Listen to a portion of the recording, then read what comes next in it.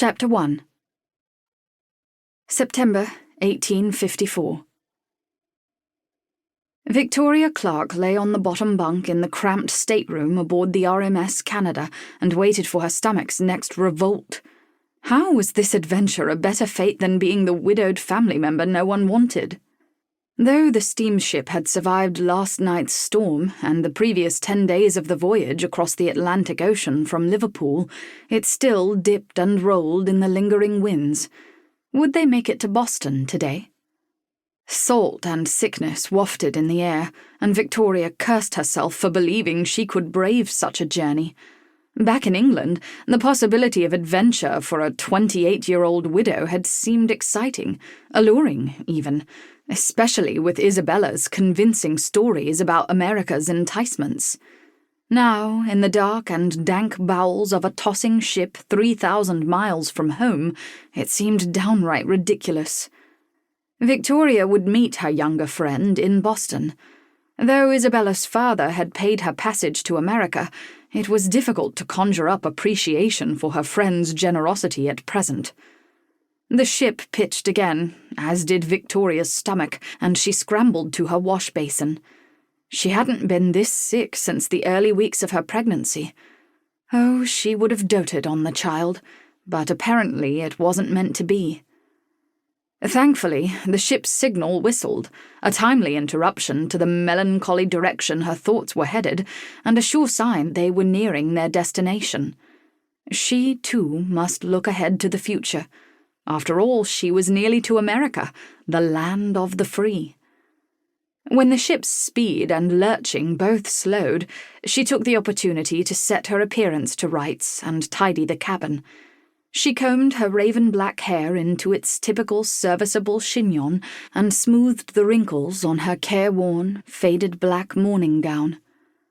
Even though the requisite 2-year mourning period following Silas's death had passed, Victoria still wore dark colours, not out of any devotion or homage to her late husband, but out of grief at the loss of herself. She picked up the final piece of her ensemble, the black lace veil, and pinned it to her hair under her bonnet so it covered the left side of her face. Isabella had grown accustomed to Victoria's appearance, but strangers had not. When the two discussed the trip a few months ago, Isabella had promised they could avoid any mention of or interaction with men on the trip.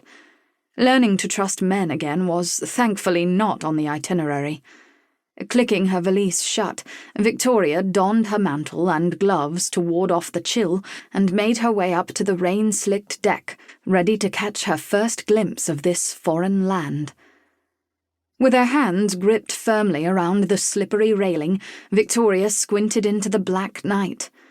The still heavy mist in the air swallowed any light from the port, but its sounds and smells reached her as the port workers exchanged shouts with the ship's crew while other vessels, docked at the wharf, creaked and groaned against their mooring lines. The pervading top note of fish, combined with bass notes of rotting food and unwashed bodies, threatened to send Victoria back to the wash basin. The native tongues of the other passengers crushed around her, German, French, Spanish, Dutch, mingling in a motley hum accompanied by the rhythmic churning of the steamship's wheels. The curtain of mist parted, and the wharf, and Boston, finally emerged into view. Hundreds of ship's masts bobbed in front of the shadowed facades of brick and stone buildings, while pinpricks of light winked determinedly through the dark.